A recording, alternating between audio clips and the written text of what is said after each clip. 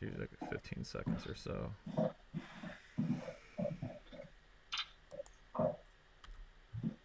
Why am I up in the middle like this? Aren't I like a big player in this? All right, once a wonderful day. It's spoiler talk time. Kingdom of the Planet of the Apes. Joe, give me that countdown. In 5, 4, 3, 2, 1.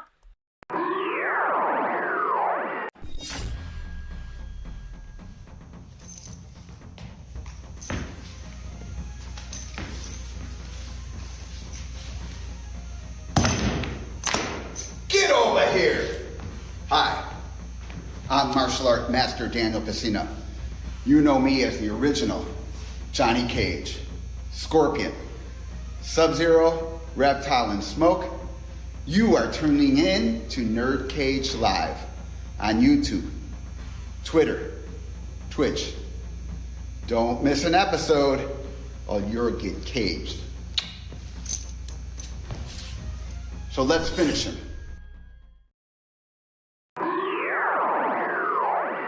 This is Anthony Marquez, better known as Kung Lao for Mortal Kombat. Make sure to like and subscribe to NerdCage Live. Be there. Us. Hey everybody, this is Dave Nebor from Dog Eat Dog, and you're watching NerdCage Live. So like, share, and subscribe to this channel. These are great guys doing what they love to do. NerdCage Live and gaming are a perfect match. Shoot the J, Joe. Okay. Shoot it! All right! Over on NerdCage Live on Twitch, Jay and Joe go live. Call me Bazooka Joe. It's all about you. Kaboom! Playing both old school and new school games every Tuesday night. Ooh, what a sight! Jay, stop looking at her face and run. But she's so beautiful. So be sure to follow NerdCage Live on Twitch. Run for your life, Joe. Run for your life, Joe. Running! Run faster. Oh no, Joe. The galaxy's doomed because of you. To scratch your gaming itch. Oh, nice kick, Joe. Thank you. Yo, that's diabolical. Wait. Yo! That's twitch.tv/NerdCage Live. Hi, I'm Leah Montalongo, the OG Sindel. Please like, subscribe to NerdCage Live. This is Ernie C. from Body Count. You're tuned into NerdCage. Can you like and subscribe?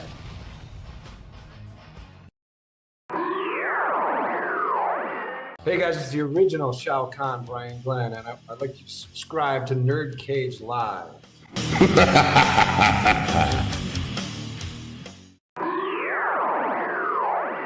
It has begun! If what you say is true, the Shaolin And the NerdCage could be dangerous.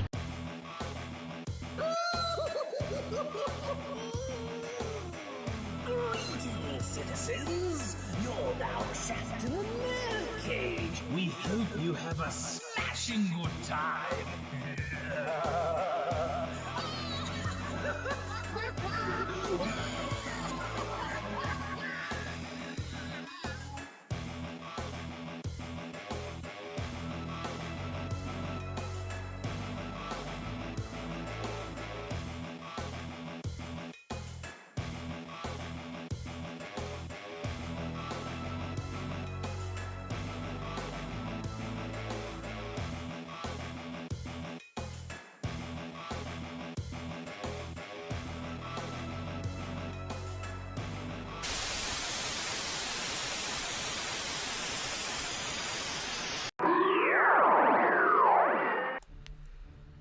You're now about to witness the strength of geek knowledge. Hello and welcome. That's right, you are trapped in NerdCage Live. This channel is a celebration of all things pop culture, including Planet of the Apes. If you're new to the channel, please hit that like button and subscribe, and please share with everybody you know. Helps us more than you know. This is a spoiler discussion show. We're going to spoil everything about Kingdom of the Planet of the Apes. So if you have not seen the movie, you probably shouldn't be here. Or if you don't care that we spoil it, either way, that is fine. I'm your co-host, Jay St. G, certified geek 7 days a week, coming to you live from yours truly, the land of the orange, the land of Earth Crisis, the land of Tom Cruise, the land of Anthrax of Syracuse, New York. And always among us is our moderator and trollhammer, stronger than DK Banana. It's Joe of FallenOne Gaming, and we are also joined by the son of Oscar winner Arnie Stone, Drew Stone of StoneFilmsNYC, and the lead singer of, oh my gosh, wow, Incendiary Device. and along with him, we have New York hardcore photographer Steven Messina, the lead singer of Serial Poets. And finally, we have Tyler Nichols of Joe Blow Horror Originals and Needlessly Nostalgic. How is everybody doing today? Not too bad at all. Excellent. Ready to talk some apes? Device, by the way. Yes, we're about to go ape shit. I'm here for the apes. Yes, and Joe, before we go any further, who we got in the chat tonight? In the chat tonight, we have a ton of lurkers. I'm sure our regulars are right along the way. Don't be afraid to speak up and let yourself known. All right, and real quick, we just got some stuff to promote. But Joe, if you haven't already, 1994. Yes, check out our live stream of everything retro gaming in the year of 1994. And our latest video.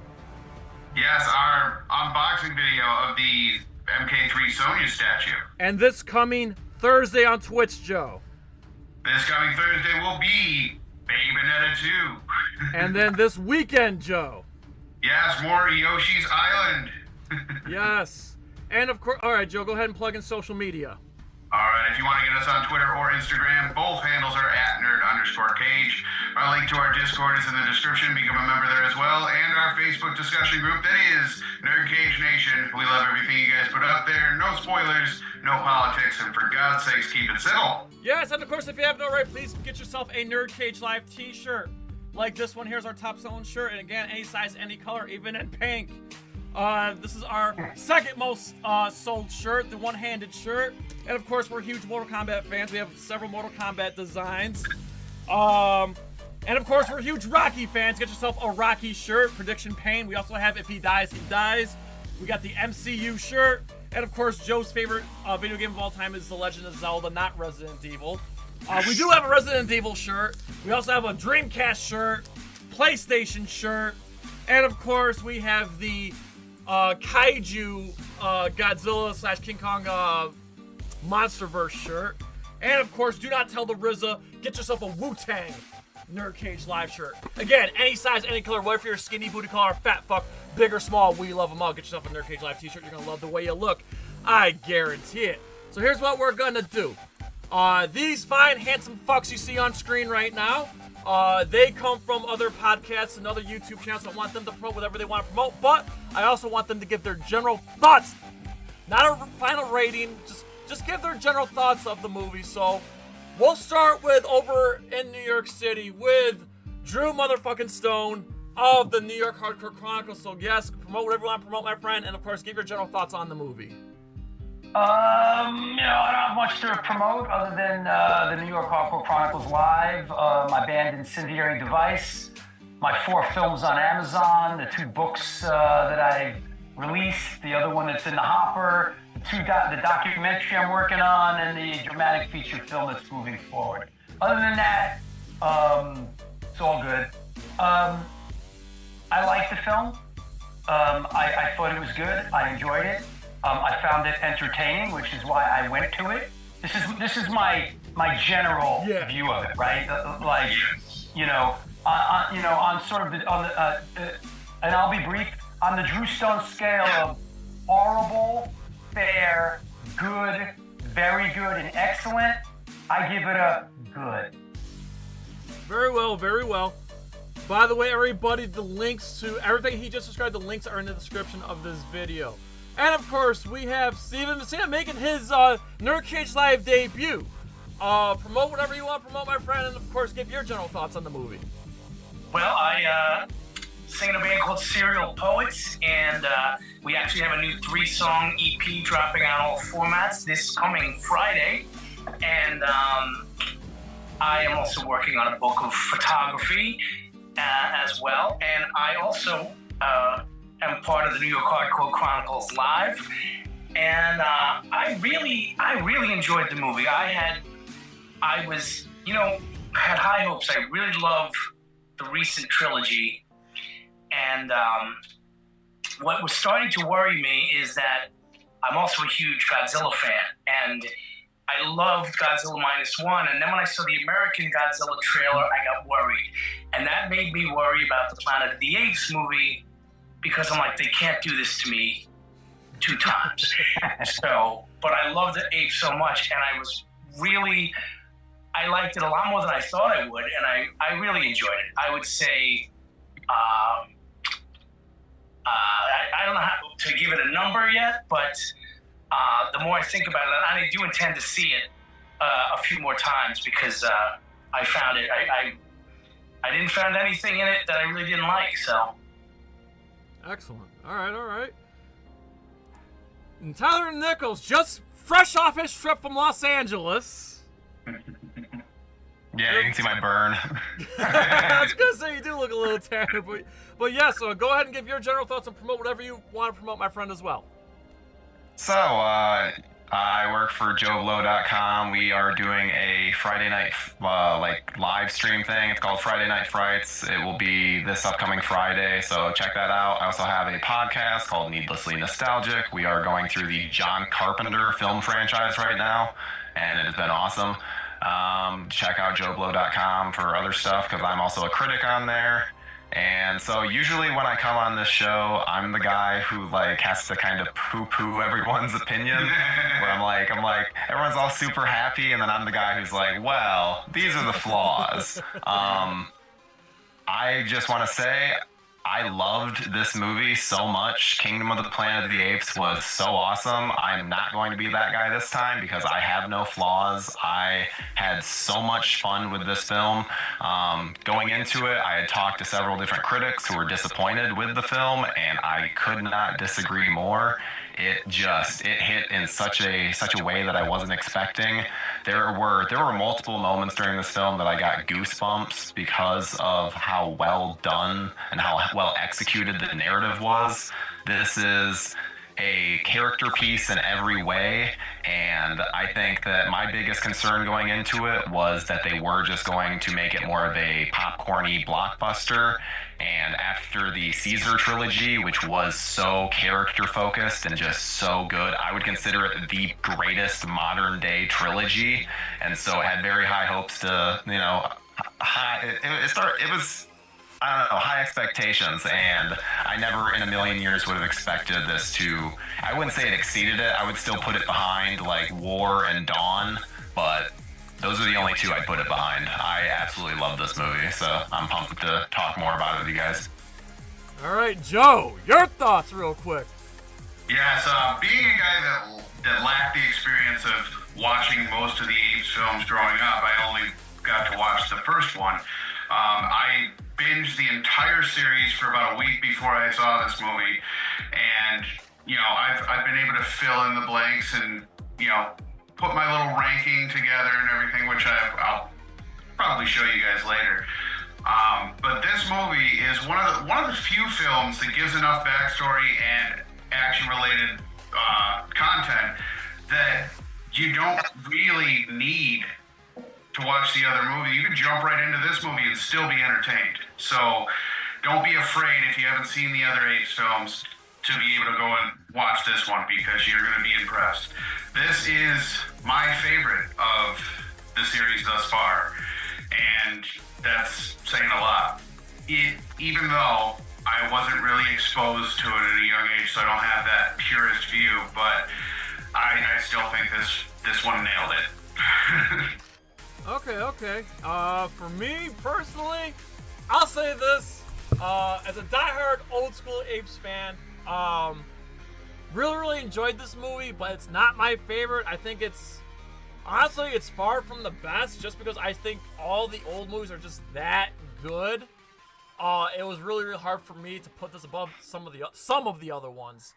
But it was a good movie. I wasn't like disappointed. I just think I'm kind of with what Drew said. This was good, wasn't great, and we're gonna get into all of that. So that being said, guys, just off to the races. I mean, Joe, what do you think?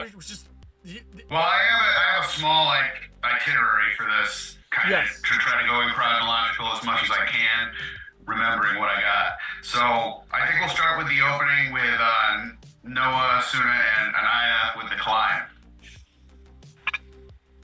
All right. Okay, so right off the bat, I'll just say that that from that opening scene, we're not talking the funeral, we're talking the climb, that the scale of the movie was impressive.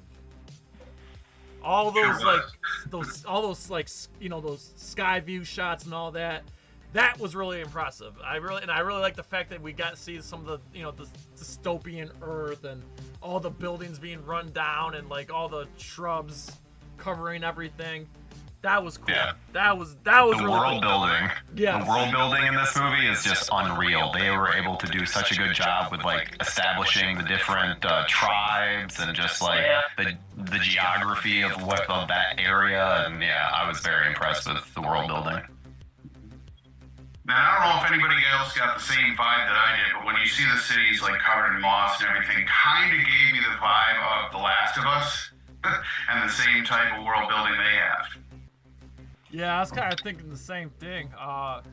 But the only thing is, like, I read that this movie's supposed to be 300 years after the trilogy, and they just said several generations later. They didn't say like specifically how long, but from what I understand, it's 300 years. Many generations later or something. Yeah, but yeah, I read it was 300 years. So you're talking. Yeah, 300. Yeah, which that's where I kind of have a gripe with this movie. I don't want to jump too far ahead, but I thought, okay, I'll say this: 300 years. I thought the apes, even though when they spoke more clearly, and they're obviously more evolved now.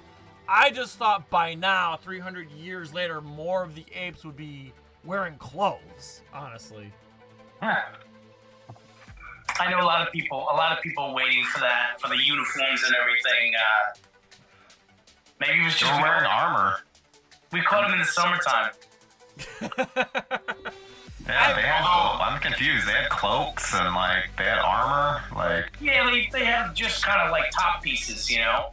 To be fair, I think they probably realized evolution-wise that clothes on humans were needed because it's protection. They don't need that protection. They have fur. So why would they don't need pockets? Yeah, exactly. I don't know. And also, the old apes we see, that's like, what, 25, or it's like, what, 2,000 years after normal civilization? So it's like pretty well along, and even then, they're still like, they're still in like, what would that even be considered, like, probably the 1900s almost with their technology in a lot of ways. Mm-hmm. Yeah, and that's another thing too. Again, another minor gripe. Their Ewok village looking tree houses really didn't look much different from like Dawn of the Apes. Like I thought their civilization would be a little bit more evolved as well. Like I thought, it just felt like this movie took place.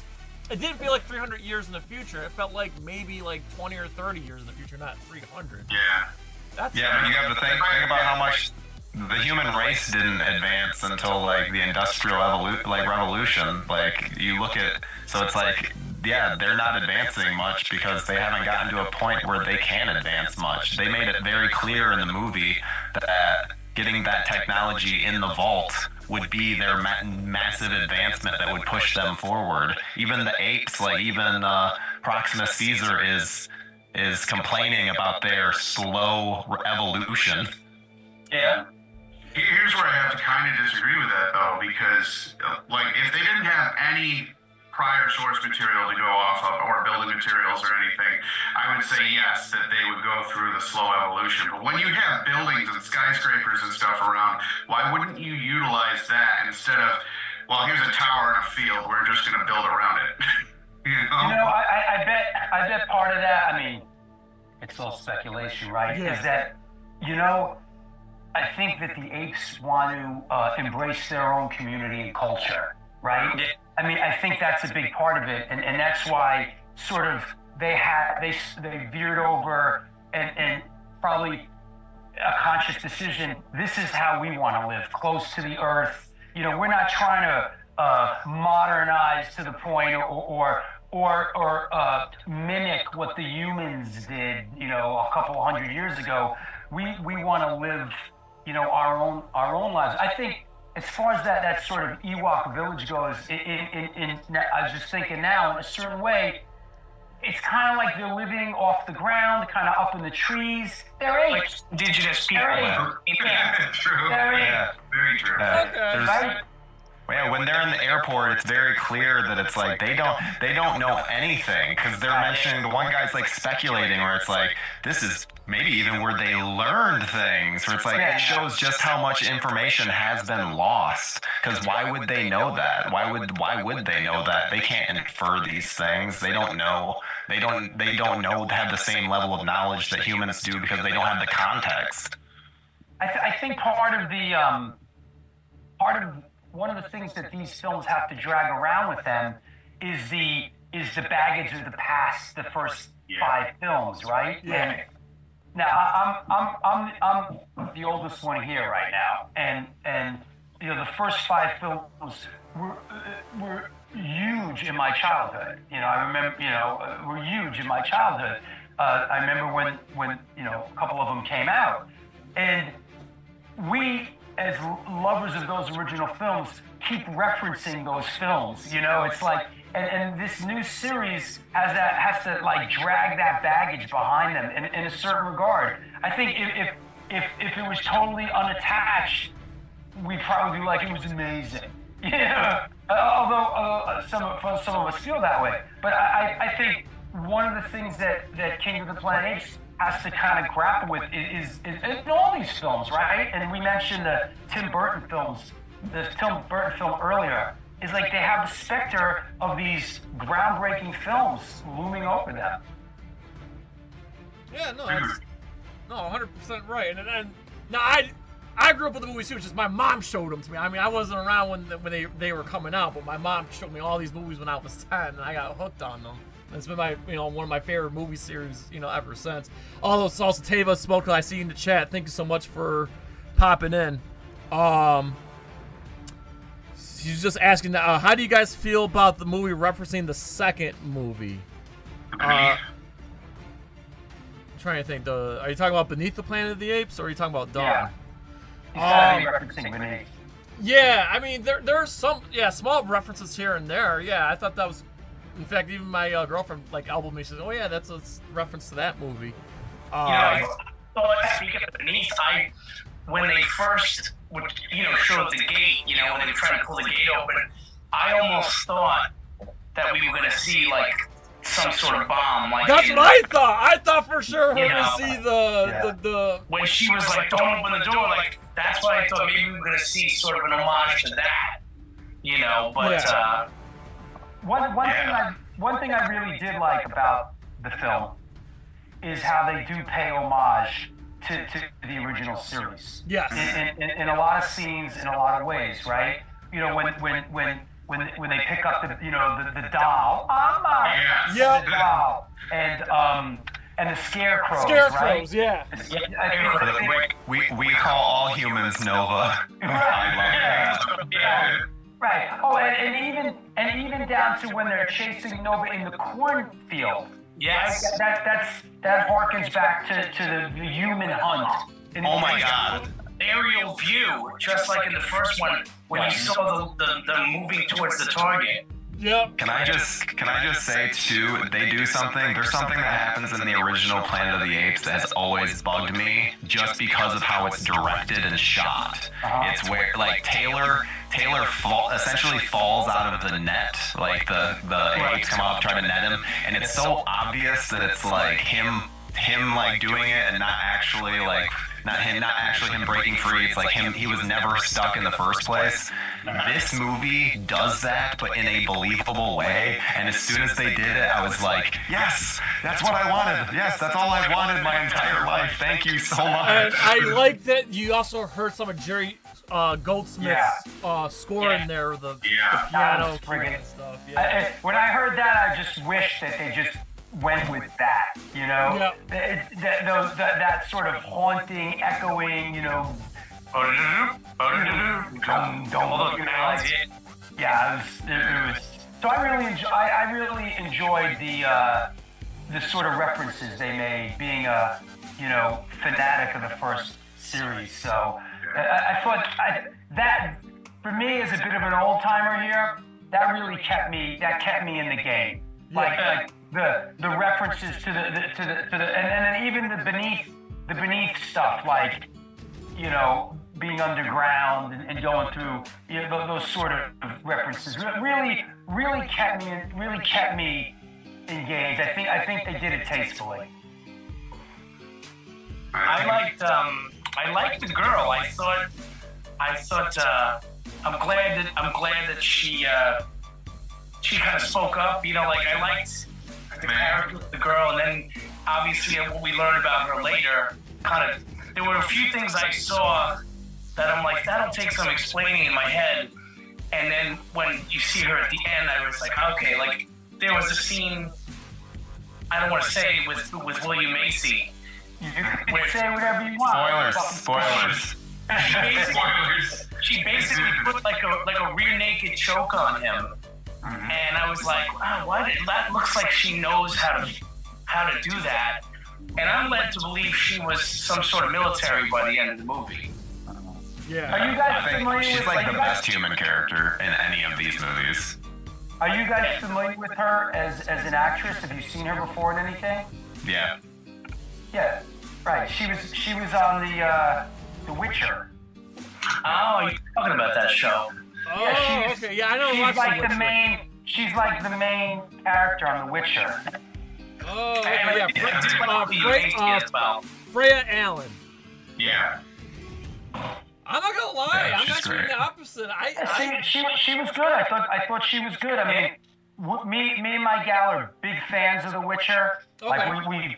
Like we watched every season and really and she's a big part of it. So as soon as she came on the screen, we were like, oh, all right, cool. A familiar face, you know? I don't know. I thought she was all right. I didn't think she was the greatest human lead, honestly. I thought, compared to the other films, don't get me wrong, she's better than Mark Wahlberg, but I don't think I could talk 20 minutes about her character and why that character is one of the best written they've ever done, including the Apes. They did so good from a narrative standpoint. I really like Charlton Heston and James Franciscus better as human leads than. Taylor's awful as a character. Nah, I disagree. That movie just gets praised because it's the classic. Watch it nowadays; it doesn't hold up. I disagree. Like the sequels are better. I think with the recent trilogy, I like that they've had John Lithgow in the first one, and then you had Gary Oldman and Woody Harrelson. They picked really good actors for these movies. Yeah, that was another thing I was gonna say too. Is I thought Gary Oldman was really great. So was the. Yeah. None of them have arcs. Every single one of those, they're like this. They're pretty much the same from beginning to end. I agree with you on that. Yeah. Freya Allen actually feels layered. You know who I thought lit up the screen in this film was the actor who played the orangutan. Oh, Rocco. Yeah, Rocco. I thought he was very well done. They killed him off too soon. Peter Macon, Did you see the end of the film? They didn't kill him off. That's right. I was going to say that. Did you sit through the credits? After the credits, you just hear a sound. Oh. they did that in the other one when with Koba. If you listen at the end, you're like, is that Koba? And I think that was Rockhead. Yeah, I agree with Drew. It was 100%, man. That wasn't a death. That one, he's not. No, you see him get washed away. You don't see an actual death, though. Yeah, no, that was like the body. Yeah, that was like okay. I thought I I didn't didn't see see it in the that next after credits, movie. so I must have missed it because I stayed through the credits and I heard a noise, but I didn't know if that was a reference. I didn't know if that was a reference to that Rocco was still alive, but. Yeah, she didn't believe the internet. The internet said there was no after credits, so I didn't sit through. I probably should have. Well, there wasn't. It was just a sound. It wasn't like a scene. It was just a sound. Yeah, but that's just like that like what do you call that? Like that. You know that he does. You know? Yeah. Oh, okay. I didn't catch that. All right. I didn't realize that was what they were referring to. I did read, by the way, that their intention is to make 3 trilogies, so we're only not even halfway there. Of course. Yeah. So. Yeah, I figured this was going to be a second trilogy because they're trying to fill in the gaps between these movies and the original. Is what I'm guessing. That's the impression I got. I know they say technically this is a different timeline from the original movies, but it's the same timeline as the Circus trilogy. Yeah. But you got to give it to human technology that terabyte that she plugged in still held up, 300 years later. Yeah. But it's that vacuum sealed vault, I guess. Yeah. You know, something to be said. One of my thoughts on it was that the original films, the original series, were science fiction films. Right. They were very much science fiction films that left some to the imagination, and they were sort of scary. You know, I think the film now and this new film, it's a totally different animal. You know, so. Not better or worse, I'm not saying, and I'm saying, get off my lawn or any of that, you know, but you know, it's just a different world, and films are made differently. It's a bit different, and you know, it's not like a scary science fiction film. It's a little more, like you said in the opening scene, it's a little more heartwarming with the characters and right. It's a character-driven. I mean, it's almost like they don't have to be apes. Like they could replace that, because every character kind of gets their own, like a personality. Where the original, you had 3 people and a lot of background players and stuff. But them being apes just allows them to do cool things like the climbs, great sequences like that. And the violence is different too, right? I mean, in the original films, like people are getting, in like the original film, like the human hunt was like kind of, you know, it was pretty graphic. You know, people getting shot, Taylor gets shot in the neck and all that. It's like cutting out their brains, things like that. It's just a different. Films are just different. It's a different world. Yeah, and Taylor's question here kind of gives me a segue into my next portion here that I was going to go into, and that's the Eagle Clan and Noah's father who talks to them and all that type of stuff. So I think we should probably touch upon that a little bit. Yeah, that was a nice touch. I like how their plans like predicated on raising birds and whatnot to Yeah. They did something different. I like the whole eagle connection too. It allows them to be able to kill. They're able to kill people off without breaking the whole ape kill ape rule. Because even the big ape, he drowns, and then the main guy, it's like attacked by the eagles. So then it's like the apes don't have to actually kill. That's one of my favorite aspects, because it was like, yep, that's precisely how. Because it would have, the message wouldn't have hit as well if it then just has like Noah, I don't know, Spartan kick him off the side of the cliff. It's like, doesn't feel very Caesar-like. Like humans have their technology and their weapons and stuff to rely on, whereas it's cool with this clan, they actually have an ally in the skies. So and they also, I like how they kept alluding to, like, he was like, oh yeah, this bird's following him on and it's laughing at me. This bird keeps taunting me.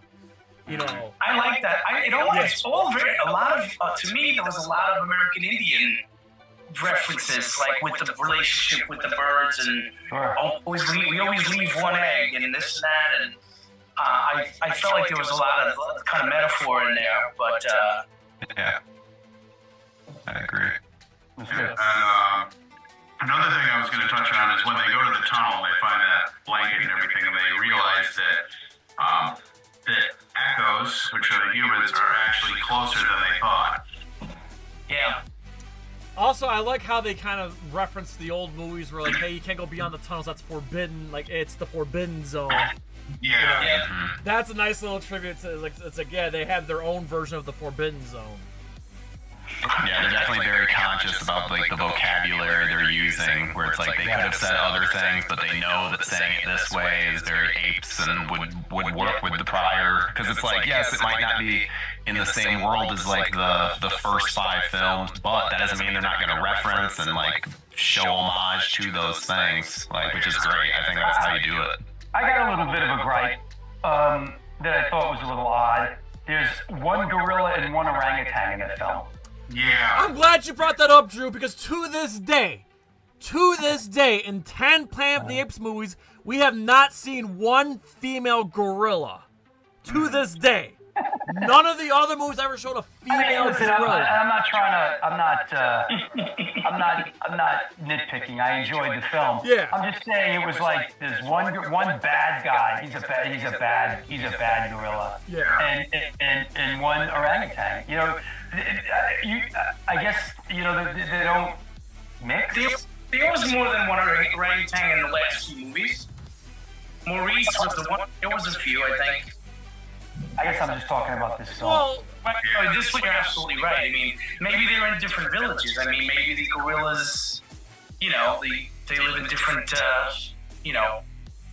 places. I did think that Maximus was a great character. Yes. I think as they go forward, now that they have stuff that's clan-based, they should showcase that there's like a gorilla clan and there's an orangutan clan, and bring them all together. A bamboo clan. Well, he was talking about. He even mentioned the gibbons. Mm-hmm. And he said, very long arms. And I loved the scene when they saw the zebras. Yes. Yeah. And you saw the humans gathering for water. He goes, look, I thought the herds were gone. And he's talking about the humans, And I mean, one of my favorite moments of the movie is when they almost catch Nova or May, and she stands up and shouts Noah. It's like it's such a good moment. Very impactful, yeah. Yeah, she spoke up when she needed to. I don't know if anybody had the same feeling that I did, but that was almost a callback to when Caesar said no for the first time, except it's Noah instead. Yeah. So that was kind of a reversal. I also like Noah actually was the deliverer of his people. Yes. In symbology, but she was that was a great moment, and the fact that he knew. Proximus knew something was up with her because, he kept her separate. He kept her with William Macy, like, almost because he knew that they were going to give him information. Yep. Well, maybe this was a little over my head, or I just didn't get it, but why were they chasing her to begin with? Because Proximus wanted her. But how did he know? How did he know? Maybe they've been following her. Maybe. It sounded like they had been following her for a while. Yeah, they were following. He did say that he killed off the other members of her team. Okay. She was like the last remaining one. Okay. So she was the only one that had. I was a little confused on how she came on their radar screen and why they were so intent on chasing her down. I think that's what I took it as, like, they killed their people and then went back to Proximus, told him about it, and then he was like, what? You let this one go? I need them. They're like Trevathan. I need more Trevathans. Right. That's why else would they hunt her down so feverishly, other than to just kill her, which could fit too, but I think it's because of whatever Caesar Prime, Caesar Proximus, whatever Proximus it is. Caesar. Yeah, he was a good he was a good villain, good character. Yeah, he was. The only thing that kind of baffled me, because I see in the chat here, he was saying how do you feel about the Proxima Caesar twist and the original Caesar's message and whatnot.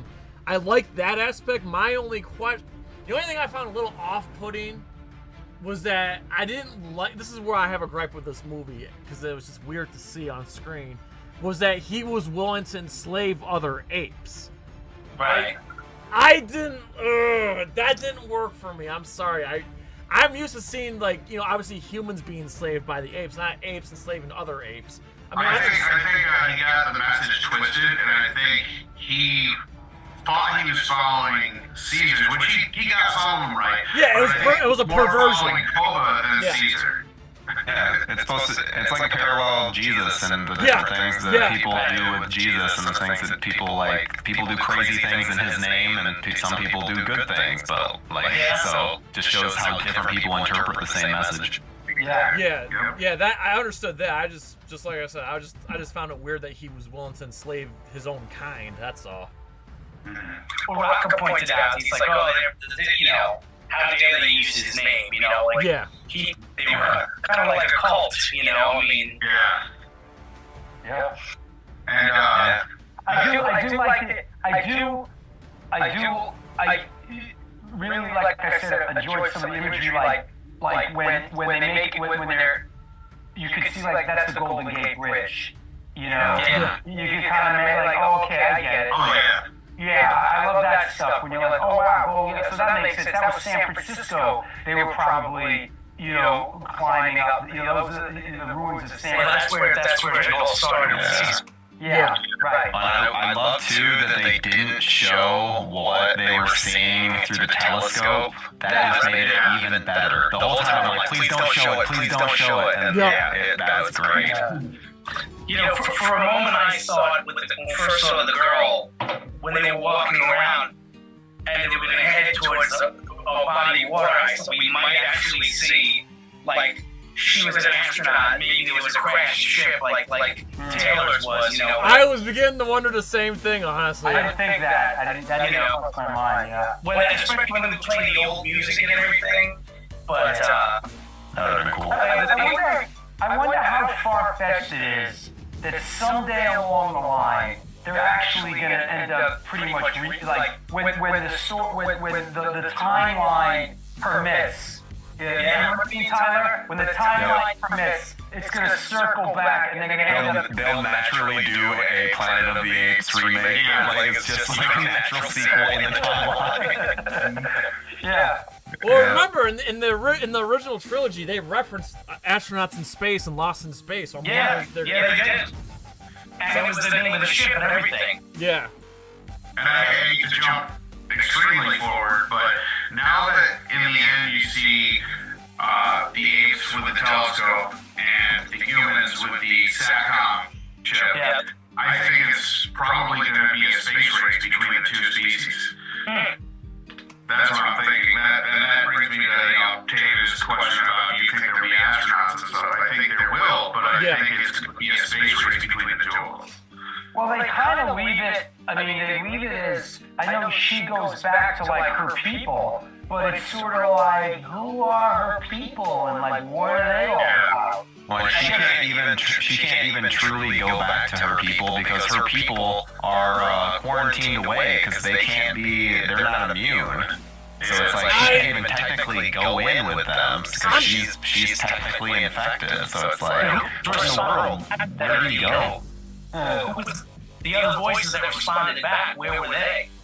Fort Wayne, Indiana. Right by me. My theater. You could hear my theater go. Oh, is that what it said? What's your location? Cool.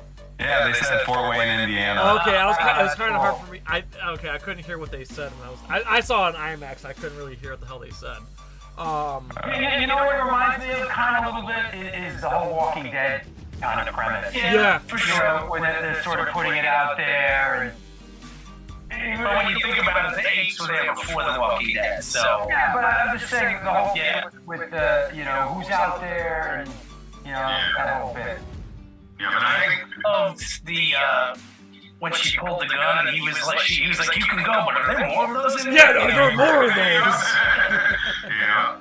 Well, how about the ending when she's got like her hand on the pistol behind Oh her? Yeah. Mm-hmm.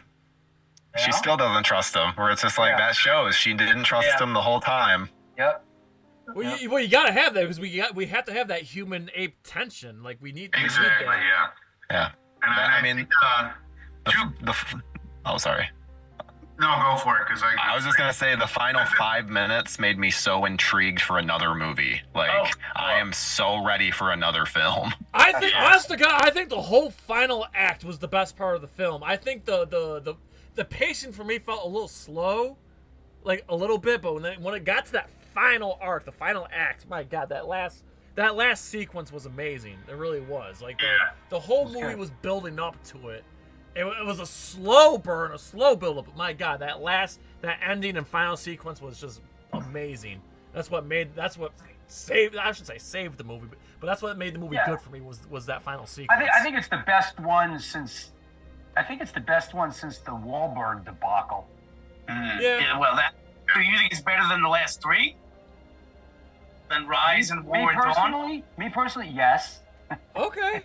Yeah. I still like War and Dawn better. But you know what I really enjoyed? I must say the very first one they did after the Wahlberg film, I thought that was pretty good. Yeah, Rise was James Franco. Yeah. Rise. I like that. I think all four of these. I love the whole simian flu thing. I loved Koba. I loved the whole, the fact that the people experimenting on them, they got their revenge. I loved all that, and this one had his sideman was like that hairless chimp that was all ripped. And if you ever seen, there's pictures of them in real life. Mm-hmm. These chimps that are like hairless and they're diesel, and that was his sidekick. That was Proximus's sidekick, and he had like a bite in his ear. Kind of Koba did. Like I like those kind of gnarly side characters that were in it. Yeah. And I think two really impactful performances that we have to talk about is William H. Macy, for one, and Kevin Durant. Yes. Yeah, I think they did a wonderful job. Yeah, Kevin Durant was fantastic. Who's Kevin Durant? He plays Proximus Caesar. Proximus Caesar. Yeah, he was very good. Yeah. I like how kind of jovial he was, because he was so confident of his power that everything made him laugh. He's like, tell me a story, make it a funny one, he was like a fun, he was kind of a fun character, even though he was the kind of the end of it all. So. The false prophet. Mm-hmm. Yeah, the only thing I wish they would have done a little more was flesh out William H. Macy's character just a little more, just to give him a little background of why he's so willing to just go with the apes now rather than, fight for his own species. Did anyone else think they made him look like a little ape-like, like with his he had different dentures in, and I'm like, I think they're trying to make him look a little more apey. Yeah. Makes sense. It's just fun. It's just kind of funny. We have a human trader in this movie. In the previous movie, we had the ape traders, like the Winter. Yeah, Winter, the white gorilla. He was the trader to the apes, and then William H. Macy was a trader to the humans. What was the explanation why William Macy can speak? I got the impression he was from that. Should even reference that, to be honest. I don't know. I just got the impression he was from that same group of people that May was from. That's just what I gathered. Because there's no way that he. So I have no idea. Because they already showed that the rest of the human race was dumb and couldn't speak. We saw that. Right. So I assume that he was one of the ones from the government there. That's what I assume. I'm guessing they kept him because he had in that facility was all those books. Yeah. And so it was like, get me one that can read these books to me. That was a good scene when they were looking through the alphabet book and he saw the caged animals and oh my God. Yeah, that's what made them kind of go, I don't know. Yeah, then they looked at her like what? They looked at her like, what the fuck? Yeah. Because they hadn't seen, they weren't taught you know, that part of civilization. So for them to see that for the first time, that was cool. That was really cool. I don't know if you guys know, but there was a scene similar to that in the TV series. I never saw the TV series. TV series actually was better than you'll remember, and there was a scene where one of the gorillas and a human were trapped in they fell through a thing in the ground and ended I remember that episode. And there was like a circus painting on the wall, and he was like, "You want to explain this?" You know, and it was very similar to that. I don't know if they were. Yeah, I gotta get my hands on it. That's the only piece of one of the main characters fell through with like General Aldo or something. Like the villain. Yeah, they got trapped together. Yeah. Urko was the TV series. Urko. Ursus was in the movies, and Urko was in the series. Who was in battle? What was the gorilla in battle? Aldo was named after the first ape that spoke that Cornelius referenced in Escape from the Planet of the Apes. Yeah, Claude Akins. Yeah, Aldo was the one who cut the branch and killed Caesar's son. Got it. That was the best. That was my favorite. We were just talking about. Yeah. That's my favorite scene. The scenes with him when he gets him out onto the tree and the branch breaks. Yeah. That was Ape Shall Not Kill Ape. That was that whole scene. Yeah. Got it. Yeah, all shot. Oh, sorry. Looks like Drew, you still there? Uh-oh. Looks like well, while we wait for his connection to there he is. There we go. It froze for a second. Oh, there you go. You're good now. All right, I'm back. Oh, here. I'll leave this one for Drew and Steve. The human speaks. Here, I see a question in the chat here. I'll leave this for Drew and Steve because they there was a cartoon Planet of the Apes. I've never seen it, but I know there's a cartoon. Do you guys remember the cartoon at all, or? Yes. Yeah, I was out of the game by then. I remember it vaguely. I remember the TV series more. I actually own the whole TV series. Now, the TV series was that after Battle was over, or was that when did the TV? Yeah, series... that was when Roddy McDowall was in it, and there were two guys. There was a blonde guy and a black-haired guy, much like Starsky and Hutch, Dukes of Hazzard, kind of thing. But it was actually the show. I watched it again recently. I watched the whole thing, and some of it really held up. You know, there's some good moments in it. I gotta get my hands on it. I gotta get my hands on that and the cartoons. Those are the ones I haven't seen. I've seen all. I own all the rest of them. In fact, Joe borrowed them. The whole Legacy series with the director's cuts. That's how I binged it. Yeah. With the director's cuts of Conquest and Battle, which are better, by the way, especially Conquest. Oh my God, that director's I loved Conquest. I love that. Is there a director's cut of Conquest? Yes. Drew. There's a director's cut of Conquest. It's got blood and guts in it, and it's got a different ending. And it's actually the canon ending too. Wow. Wait a minute. Is that available? It's in the I'll grab it. It's in the Legacy collection. That's just like the standard collection that's out. That's what I watched on my rewatch. Yep, it's this one right here. Oh, look at that. Okay, well, I guess I'll be buying that when I get off. Yeah, it's a Blu-ray set, and it's got the director's cuts of Conquest and Battle. The director's cuts. Real quick, again, the Conquest director's cut, more blood and guts, and a different ending. They actually killed the governor this time. They didn't spare him. They killed him. And then in the Battle director's cut, they show the Alpha Omega bomb. Oh wow! Yeah, the Alpha Omega bomb is in Battle, but they don't use it, but they show it. I do have to say, in my binging and everything, the only thing that kind of took me out of it, in case I actually think I skipped it a couple times, was the intro animated monologues that they do for each movie. Oh yeah, they're unnecessary because they spoil it. Pretty much, yeah. I skipped a couple of them, but I think the only scenes that were impactful that I kind of remember from Kingdom that we haven't really touched on is the actual attack of the village, and of course the flood of the bunker itself. So we want to drag back to one of those. I like the way they did the village, how they were stealing the people, basically. They weren't really there to kill everybody, but they were just wanted to thicken their numbers for slaves, to take them as slaves. Yeah, to open up the vault, yeah. You know what it reminded me of? Like that scene in Apocalypto. In Apocalypto, when they come and they grab all the people, it was sort of like, it had that kind of like horrifying vibe to it. The director, Wes Ball, he literally, when he pitched this movie, he said Apocalypto with apes. Is that right? Yep. Oh, wow. So Apocalypto? Well, that makes a lot of sense because there's a lot of parallels. Yeah, a lot of parallels. Wow, that's the heads up. Well, that makes sense with all the indigenous tribe stuff, you know? Yeah. Yep.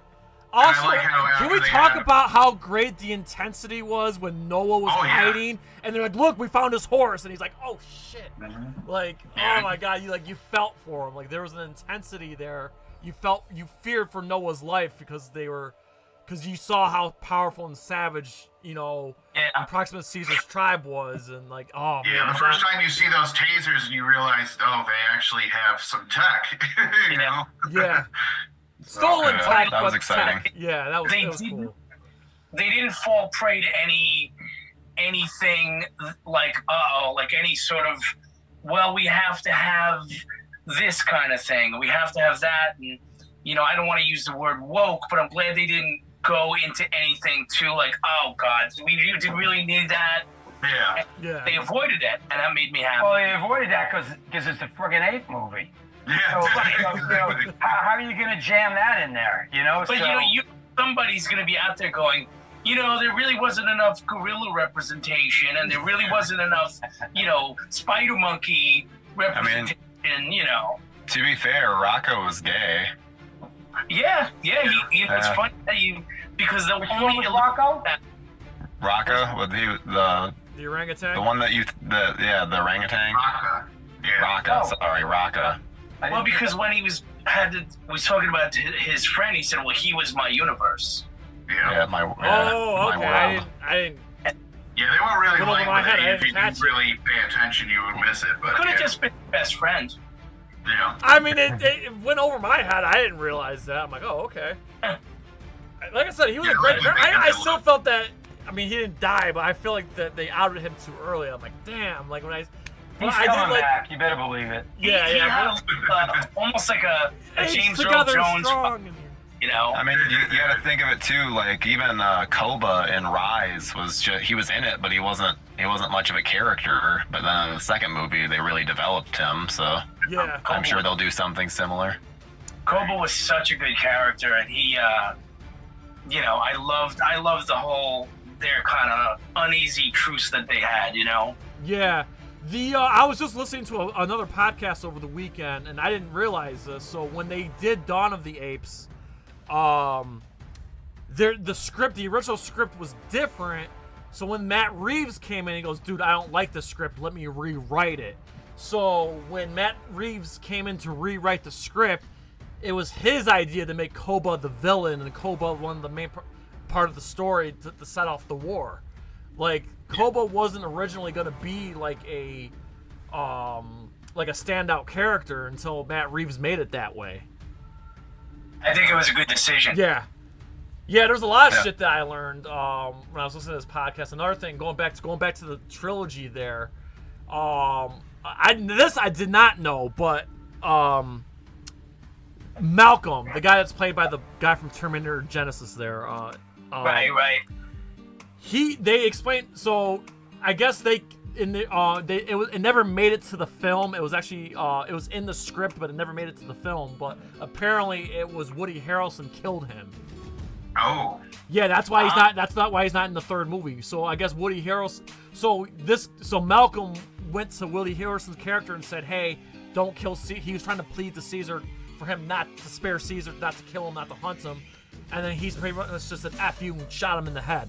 It never made it to the movie. It was going to be in the movie, but for whatever reason, it never made it to film.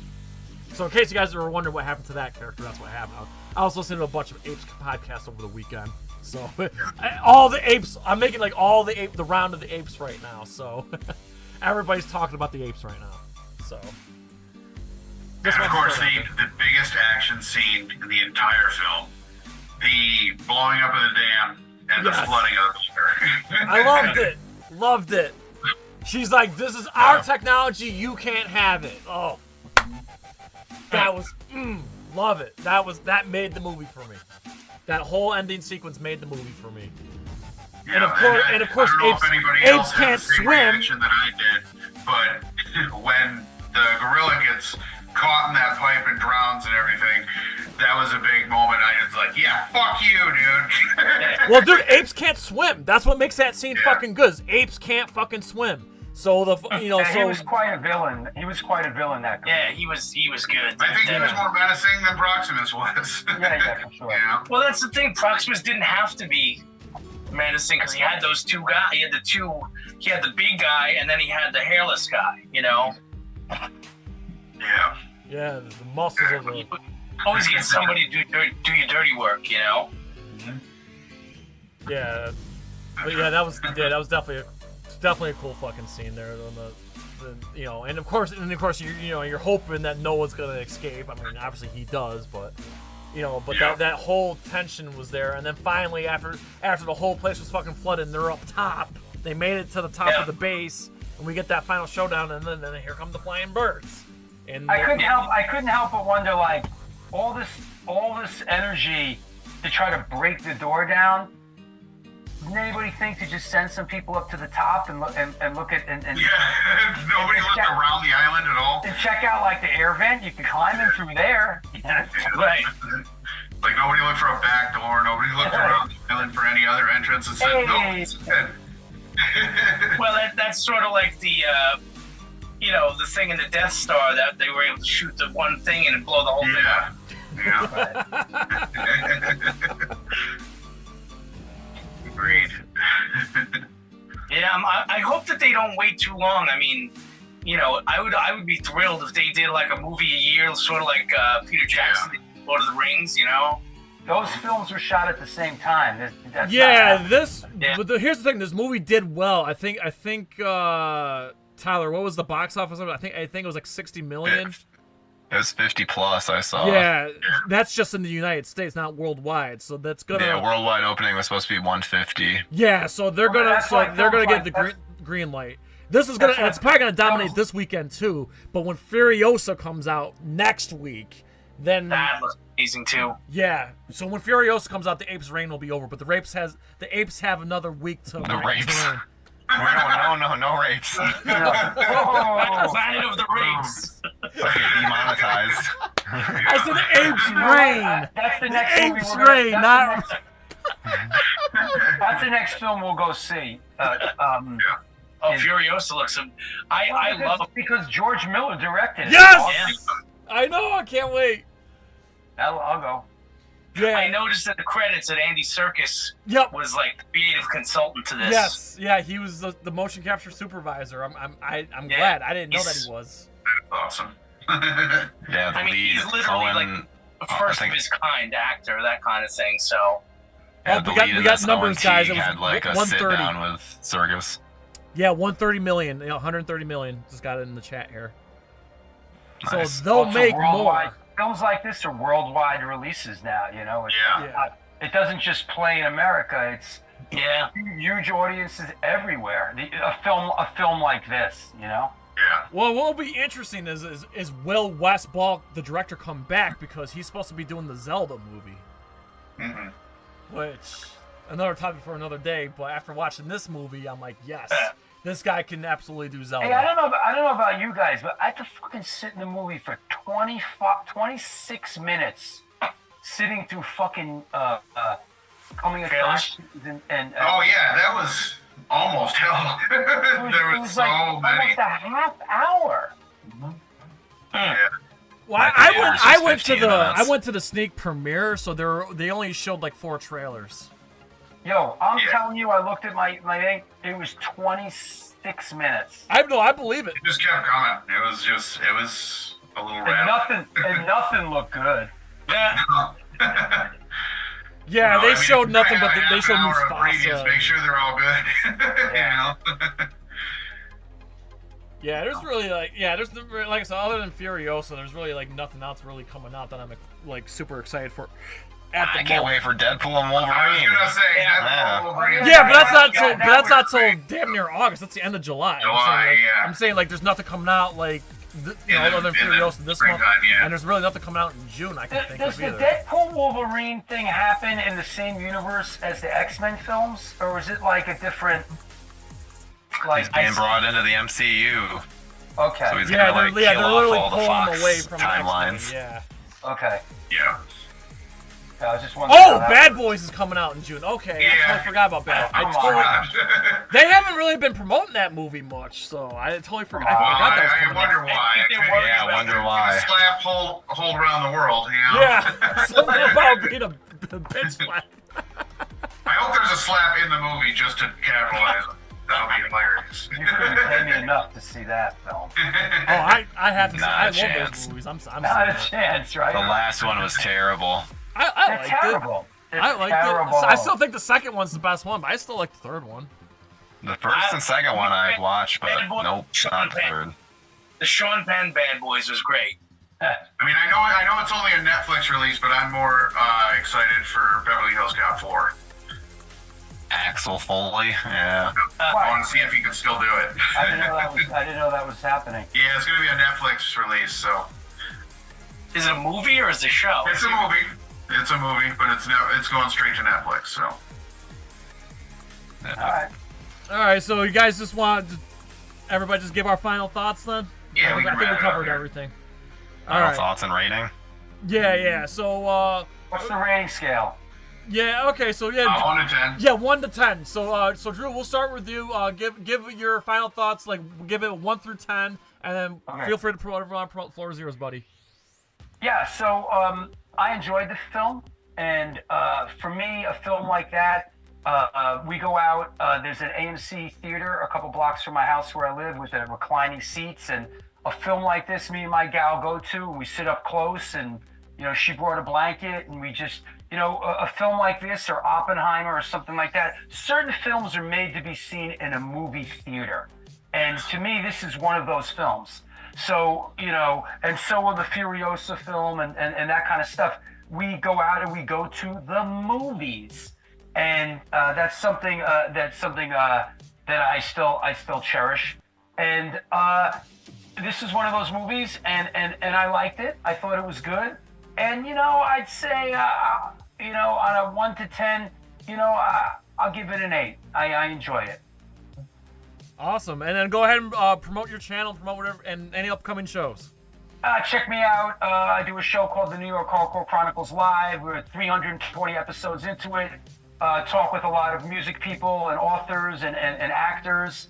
And the show has a nice, healthy worldwide audience. Come stop by. I also sing in a band called Incendiary Device, which is signed to Bridge 9 Records. And I also have a couple films that I've directed that are on Amazon. Just Google Drew Stone and all that stuff will come up. So thank you. Excellent. All right, Steven, go ahead and promote whatever you want to promote and give your 1 through 10 rating and final thoughts.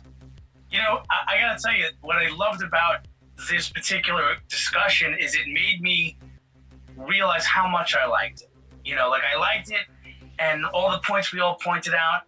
And I would say if Drew gave it an 8 out of 10, I got to go with a 9 out of 10 because I really was super, like, so much happier because it surprised me how much I liked it. I really wanted to, and so I'm going to go with that. And again, I am a band called Serial Poets, and we have a new record coming out on Friday, and I'm a part of the New York Hardcore Chronicles Live with Drew Stone, and I'm out there taking photos of shows, and I'm sure I'll see y'all somewhere soon, hopefully. And thank you guys for inviting me to this. This is great.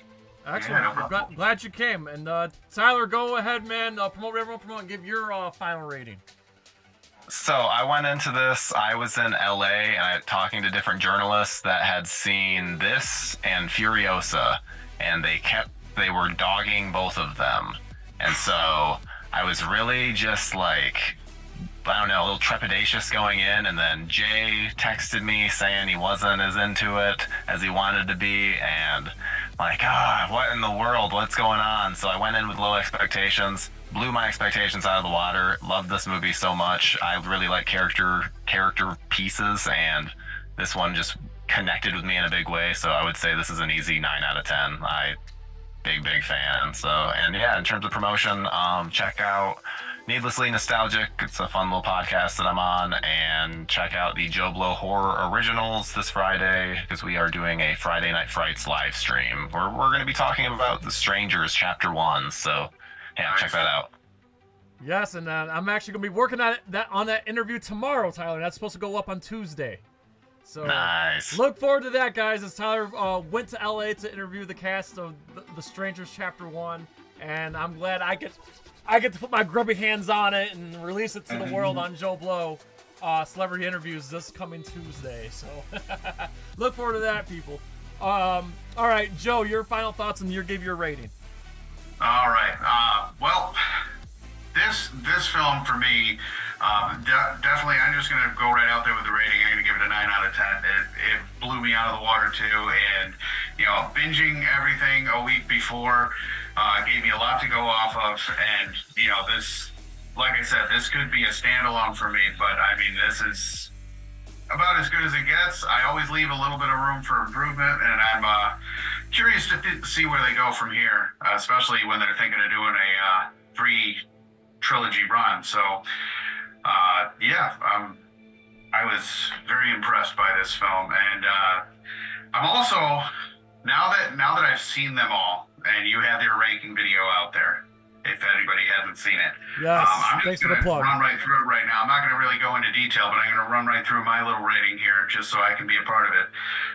So here we go. The Tim Burton film I didn't watch, so I'm automatically going to be at the bottom. Then I have to follow that up at number 9 with Battle. It was very forgettable. I think you said that. I think if you made a drinking game out of your ranking video, you said that numerous times that movie's forgettable. I have to agree.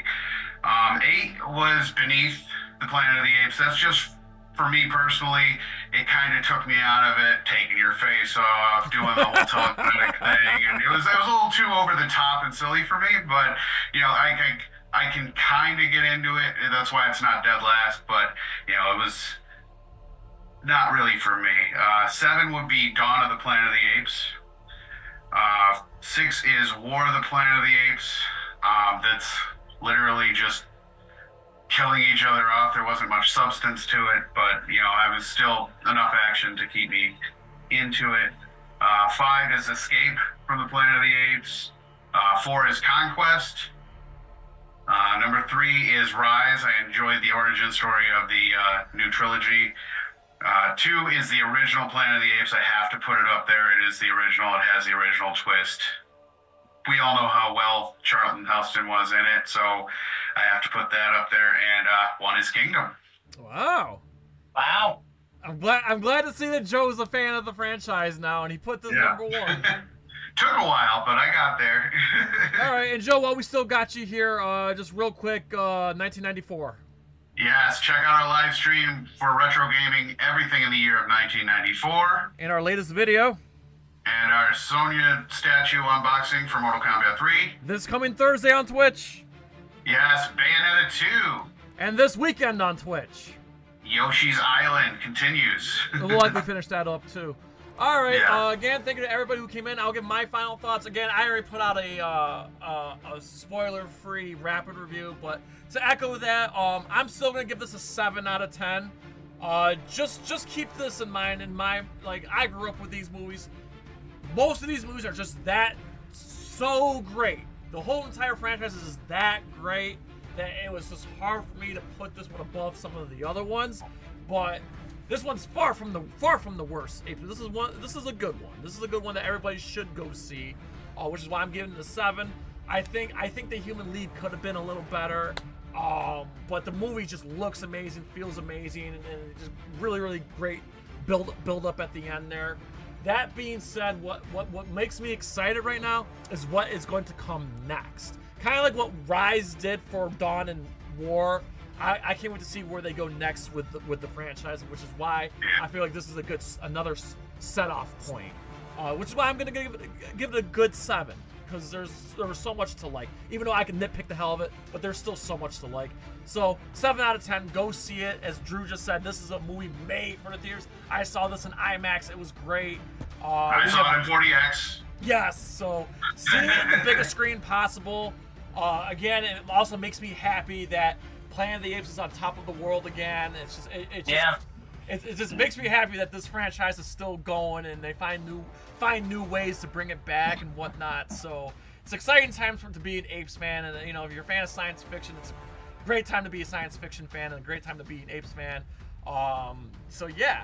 And again, please subscribe to all these fine gentlemen you see on screen. Not only that they are very talented individuals, they are also terrific friends, and I'm glad I'm the luckiest dude in the world to have these people in my circle. So again, check out the New York Hardcore Chronicles, StoneFilmsNYC, Needlessly Nostalgic, and everything Joe Blow. And yeah, so thank you very much to everybody. This was definitely a fun discussion. So until then, everybody, we please ask you to actually, before we do that, Joe, plug in social media. Yes, if you want to get us on Twitter or Instagram, both handles are at nerd_cage. Our link to our Discord is in the description. Become a member there as well.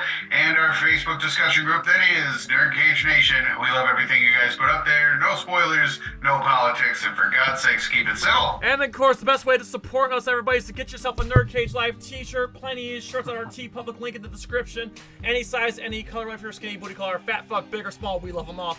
Get yourself a shirt. We also have magnets, hoodies, tote bags, you name it. Go to the NerdCage Live T-Public link in the description. Also, it's on every social media platform. So until then, we please ask you to like, comment, subscribe, ring that bell, and spread that shit like the simian flu. So to you I say, from yours truly, the land of the orange of Syracuse, New York, New York City, Detroit, Michigan, to all of our friends around the world, at NerdCage Live and the New York Hardcore Chronicles and Needlessly Nostalgic and JoeBlow.com. As always, enjoy life. Stay safe. Eat your vegetables. Do your push-ups. Go to the gym. All that good stuff. Good night.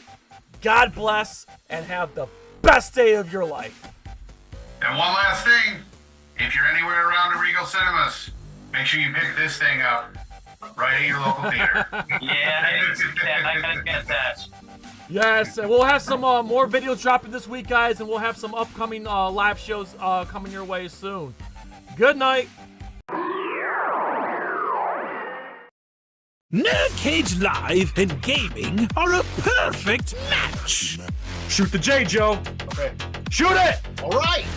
Over on NerdCage Live on Twitch, Jay and Joe go live. Call me Bazooka Joe. It's all about you. Kaboom! Playing both old school and new school games every Tuesday night. Ooh, what a sight! Jay, stop looking at her face and run. But she's so beautiful. So be sure to follow NerdCage Live on Twitch. Run for your life, Joe. Run for your life, Joe. Running.